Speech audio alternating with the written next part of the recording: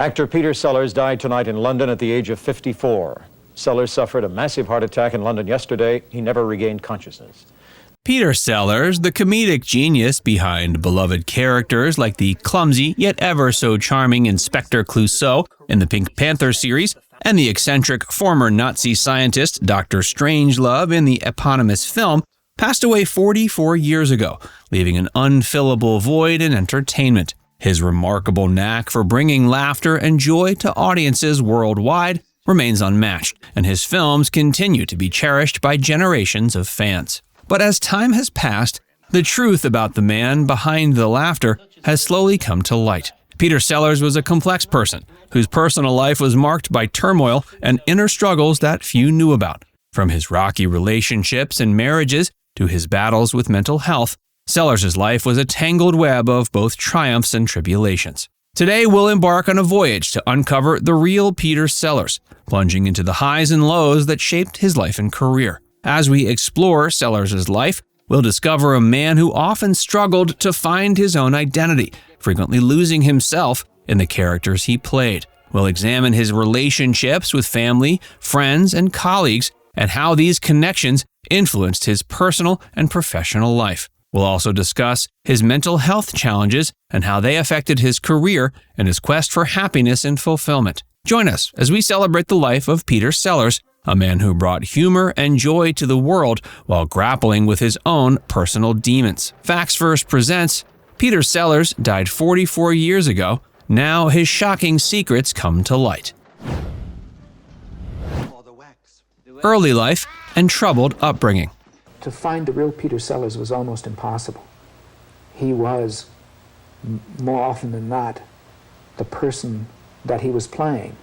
And if the person he was playing didn't have very broad dimensions, he had a lot of trouble with it very quickly in the role, because he couldn't live it out. Peter Sellers, born Richard Henry Sellers on September 8, 1925 in the seaside town of Southsea, Portsmouth, England, seemingly was destined by the fates for a life in the spotlight. His parents, Bill and Peg Sellers, were both vaudeville entertainers, immersing young Peter in the vibrant and often chaotic world of show business from a fairly young age. Growing up in the 30s, a time when the entertainment industry was undergoing significant changes with the rise of cinema and radio, Peter's childhood was far from what most would consider conventional. Peg, who was related to the renowned bare-knuckle boxer Daniel Mendoza, a legendary figure in British sporting history, had an exceptionally close, dare we say even unhealthy relationship with her son. The bond between mother and son was further complicated by Peg's struggles with alcohol, a demon that cast a long cloud of gloom over the family's dynamics.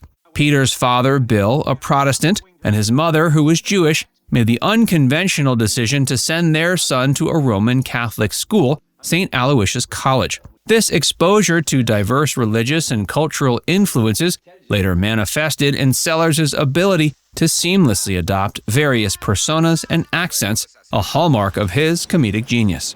From a young age, Peter exhibited a natural flair for comedy and mimicry, skills that would later come to define his illustrious career. He would often imitate people, including his teachers and family members, to distract his mother from her drinking habits, hinting at the deep-seated issues that plagued the family. This early use of humor, no doubt as some sort of coping mechanism, became a recurring theme throughout his life, as he navigated the challenges of fame, relationships, and personal demons. Despite his undeniable comedic talents, Peter struggled academically, as he was prone to mischief and apathy towards his studies. He found solace in the world of radio, with shows like The Goon Show and Educating Archie, sparking his imagination and fueling his desire to pursue a career in entertainment. But his rebellious streak and lack of academic interest eventually led to his expulsion from the esteemed Shattuck Military Academy in Faribault, Minnesota, where he briefly attended in the early 40s.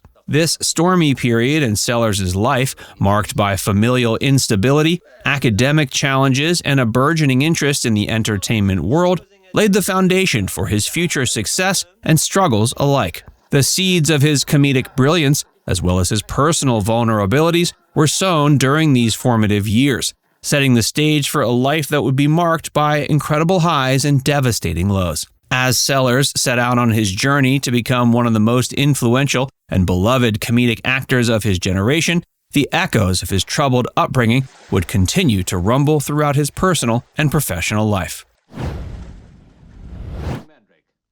Early forays into acting and comedy. The Whistling Spy Enigma Part 2. Segan and party are on their way to Hungary to contact the secret British agent by whistling the mysterious tune. Then they are to sabotage the Hungarian football team.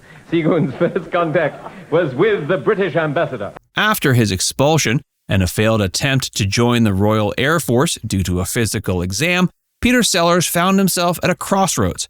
The Second World War was raging, and the entertainment industry, like all aspects of British life, was grappling with the challenges posed by the global conflict. Undeterred by the impediments in his path, Sellers made the bold decision to pursue a career in acting, relocating to London in the early 40s. In the heart of the city, Sellers immersed himself in the bustling theatrical scene, seeking out opportunities to hone his craft and make a name for himself. He studied under the tutelage of the esteemed Elia Kazan and Stella Adler, two giants of the American theater, who had taken refuge in Britain during the war. Kazan and Adler were proponents of the Stanislavski method, an approach to acting that emphasizes the importance of embodying characters through emotional truth and psychological depth, rather than relying on superficial techniques or personal experiences. This exposure to the Stanislavski method would have a profound impact on Sellers' development as an actor, providing him with the tools to create the multi-dimensional, deeply nuanced characters that would later characterize his career.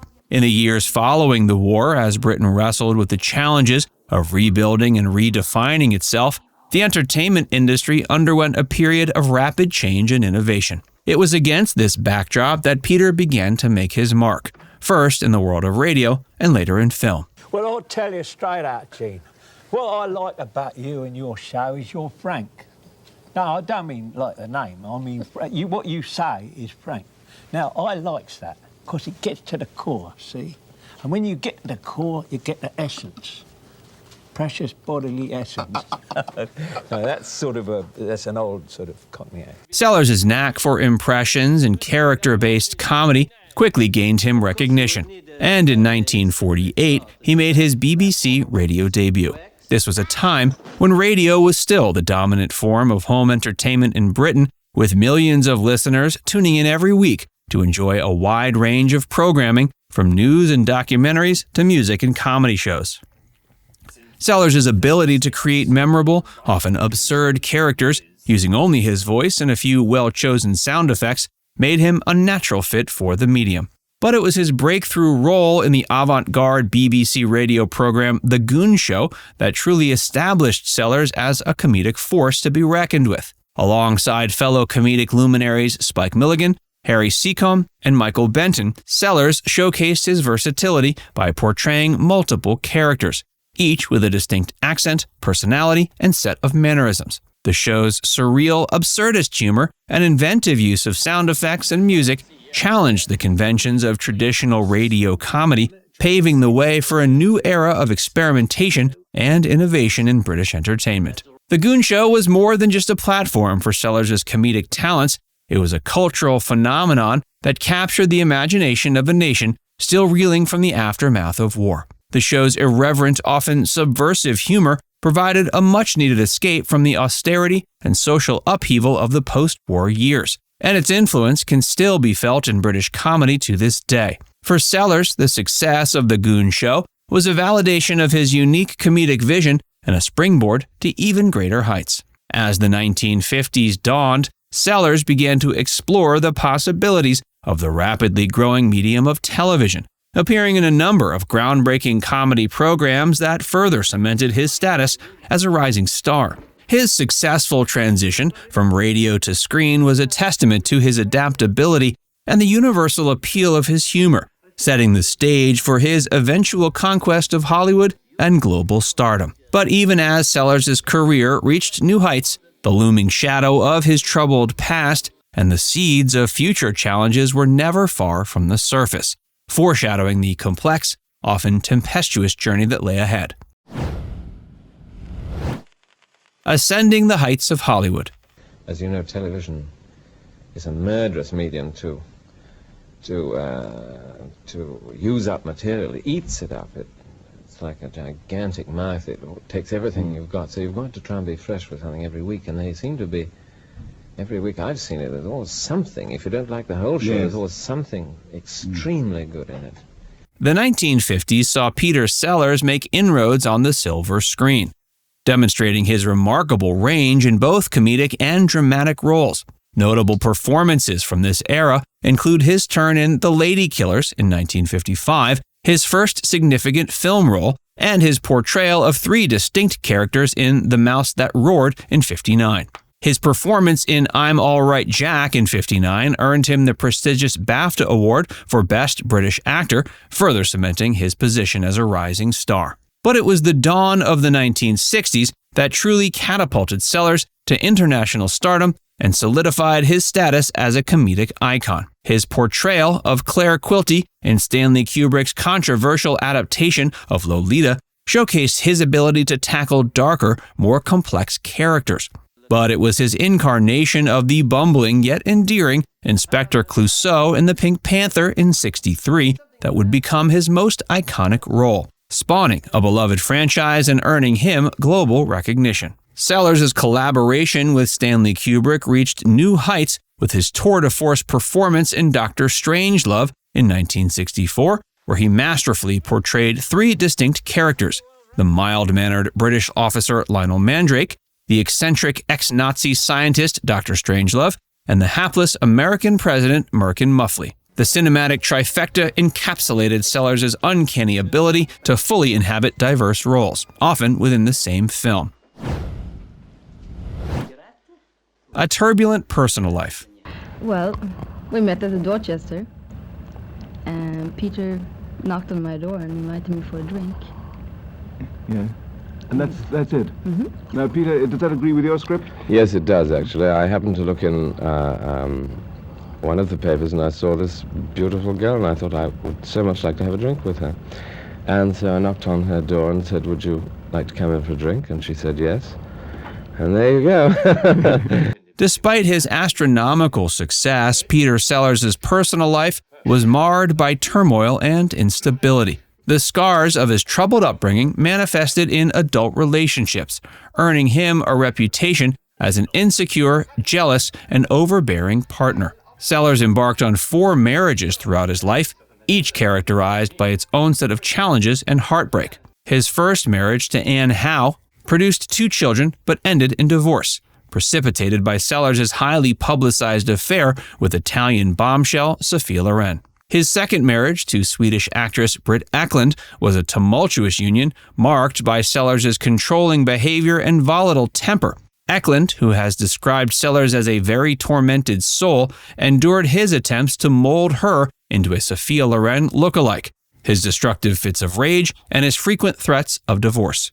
Sellers' third and fourth marriages to Miranda Quarry and Lynn Frederick were similarly plagued by his deepening insecurities and emotional instability. His self-centeredness and unpredictable nature also had a profound impact on his children. He infamously rejected his son Michael and maintained a mercurial presence in the lives of his daughters Sarah and Victoria, leaving them with a complex legacy of adoration and resentment. Throughout his life, Sellers grappled with persistent health issues, exacerbated by his excessive drinking, drug use, and extreme weight fluctuations he underwent for various roles. At age 38, he suffered a series of near-fatal heart attacks, a chilling reminder of his mortality that would continue to haunt him.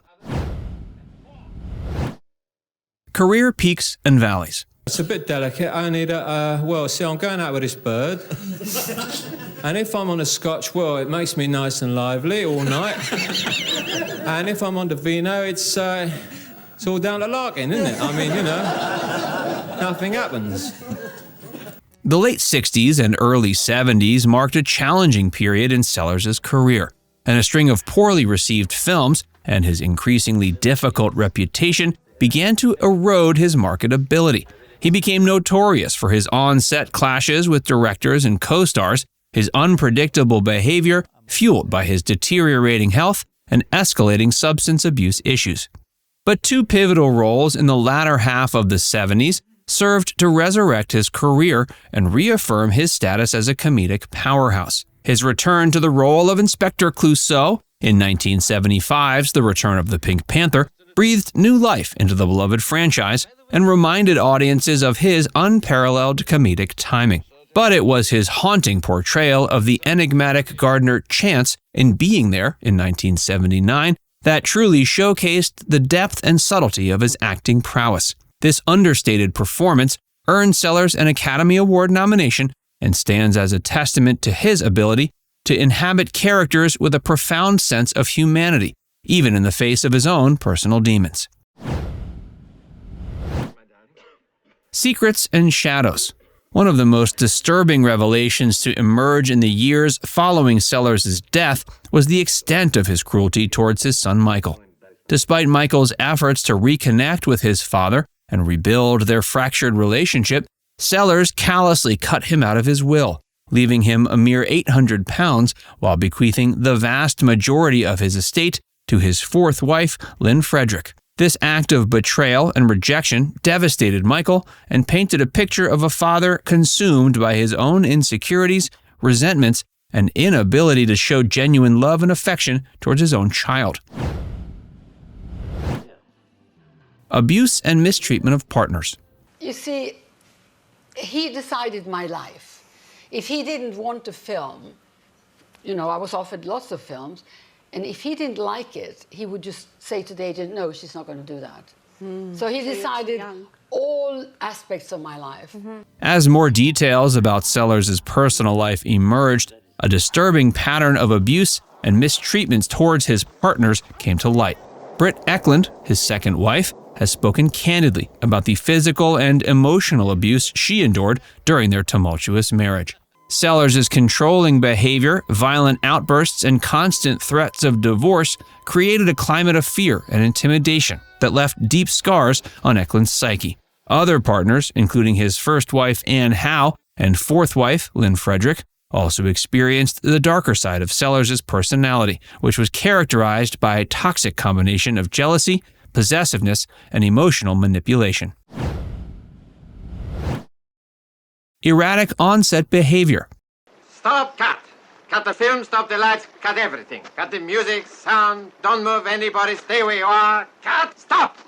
In the later years of his career, as his health and addiction issues began to take a heavy toll, Sellers gained a reputation for being increasingly difficult and erratic on set. His behavior during the filming of projects like The Pink Panther Strikes Again and the fiendish plot of Dr. Fu Manchu became the stuff of Hollywood legend, with stories of explosive confrontations, endless delays, and bizarre demands that pushed the patience of directors and co-stars to the breaking point. Sellers' perfectionism and need for control often manifested in destructive ways, leading to tense and hostile working environments that threatened to derail entire productions.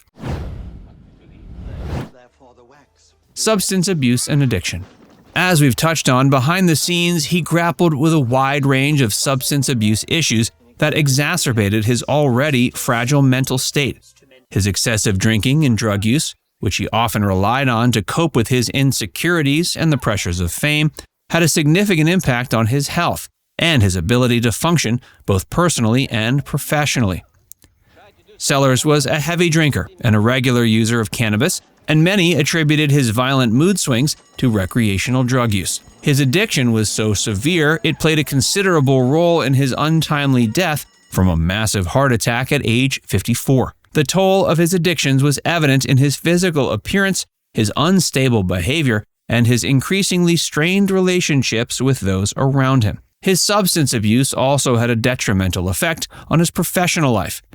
Sellers was laid out quite extensively, notoriously difficult to work with, and his alcohol and drug abuse only amplified his unpredictable and often disruptive behavior on set. He would frequently show up late, sometimes feigning illness or even faking a heart attack to avoid work. This bizarre conduct made it tough for directors and crew members to complete projects on schedule and within budget. Tragically, Sellers' addiction also had a profound impact on his family, particularly his daughter Victoria. Growing up in the shadow of her famous father, Victoria struggled with her own substance abuse issues and legal troubles. In the 80s, she was arrested multiple times for drug possession and was even implicated in an international cocaine ring. Her struggles were a sobering reminder of the far-reaching consequences of addiction and the toll it can take on families across generations. Despite his immense talents, Peter Sellers' life was marred by his battle with substance abuse and addiction. His reliance on alcohol and drugs to cope with his inner demons ultimately contributed to his downfall personally and professionally. A profound sense of emptiness. Perhaps the most unsettling revelation to emerge in the years since Sellers' death is the profound sense of emptiness and lack of personal identity that haunted him throughout his life. In a moment of startling candor, Sellers once declared, quote, "There is no me, I do not exist," a statement that speaks to the depth of his existential crisis and the extent to which he relied on his characters to fill the void within himself. This stunning admission sheds light on the psychological turmoil that drove Sellers to constantly reinvent himself on screen, even as he struggled to find a sense of purpose and meaning in his own life. Obsession with the occult and reincarnation. 3 o'clock in the morning, phone would ring. I'd wake up. Blake, this is Peter. I just talked to God. And he told me how to do the scene tomorrow. But he wasn't joking. He had just talked to God. He used to carry a shrine around with him. He talked to his mother all the time, his deceased mother. And that was just a small part of... Listen, if it gets you through the night. In his later years, as his mental and physical health deteriorated, Sellers became increasingly obsessed with the occult and the idea of reincarnation. He sought guidance from psychics and astrologers, desperately searching for answers and direction in a world that had become increasingly unmoored. Sellers became convinced he was the reincarnation of Dan Leno, a renowned Victorian-era actor and comedian, a belief that only served to underline the profound sense of disconnection and despair that plagued him throughout his life. This bizarre fascination with the supernatural and the afterlife adds another layer of intricacy to the enigma that was Peter Sellers, which in the process reveals a man grasping for meaning and purpose in the face of his own mortality.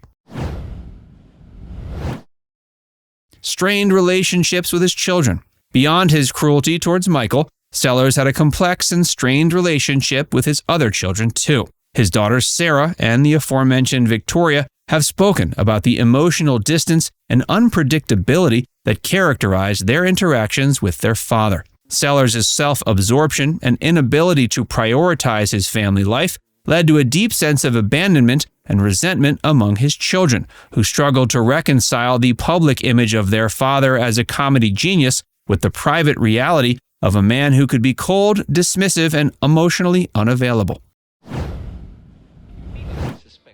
Financial troubles and lawsuits. Despite his monumental success and wealth, Sellers' financial affairs were often in a state of disarray, thanks largely in part to his lavish spending habits and penchant for making impulsive purchases. He was known to buy expensive cars, properties, and artworks on a whim, often without regard for the long-term consequences of his financial decisions. In the years following his death, his estate became embroiled in a series of lawsuits and legal battles, as his family members and former partners fought over the distribution of his assets and the rights to his creative legacy. The shadow of mental illness. As more details about Sellers' life and behavior have come to light, it's become increasingly clear that he struggled with a range of mental health issues that were never fully addressed or treated during his lifetime. From his traumatic childhood experiences to his battles with depression, anxiety, and bipolar disorder, Sellers' inner demons played a consequential role in shaping his personal and professional life. The lack of understanding and support for mental illness in the entertainment industry at the time only served to exacerbate his struggles, leaving him to grapple with his issues in isolation and secrecy. A complicated legacy.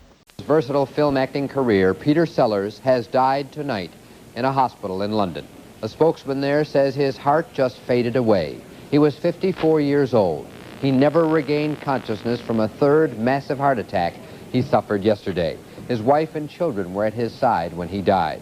Peter Sellers' death from a sudden heart attack July 24, 1980 at age 54 sent shockwaves throughout the entertainment world. At the time of his passing, he was in the process of rebuilding his fractured relationships with his children and was poised to reunite with his former Goon Show colleagues Spike Milligan and Henry Seacombe. The bitter irony of his demise, just as he seemed on the cusp of personal and professional redemption, only adds to the tragic arc of his life story. The controversy surrounding his will, which left his estate to his fourth wife, Lynn, ignited a firestorm of criticism and legal battles. Frederick's refusal to redistribute the inheritance more equitably, despite impassioned pleas from Sellers' loved ones, only compounded the sense of injustice and betrayal. Her own premature death just a few years later, at age 39, serves as a tragic reminder of the toll that Sellers' legacy exacted on those closest to him. Despite the shadows that have come to define his personal life, Peter Sellers' immeasurable contributions to entertainment can't be overstated. His pioneering approach to method acting and his unparalleled ability to fully embody his characters have inspired generations of comedians and actors, from Robin Williams and Eddie Murphy to Sacha Baron Cohen and beyond. The memorable mark he left in the landscape of comedy through his groundbreaking work on The Goon Show and his iconic film roles has ensured his place in the pantheon of comedic greatness. In the end, his legacy will endure as a monument to the transformative power of laughter and the unconquerable strength of the human spirit. Though he was deeply flawed and a troubled person, his unparalleled gift for comedy and his indelible impact on popular culture will forever enshrine him as a true legend of stage and screen.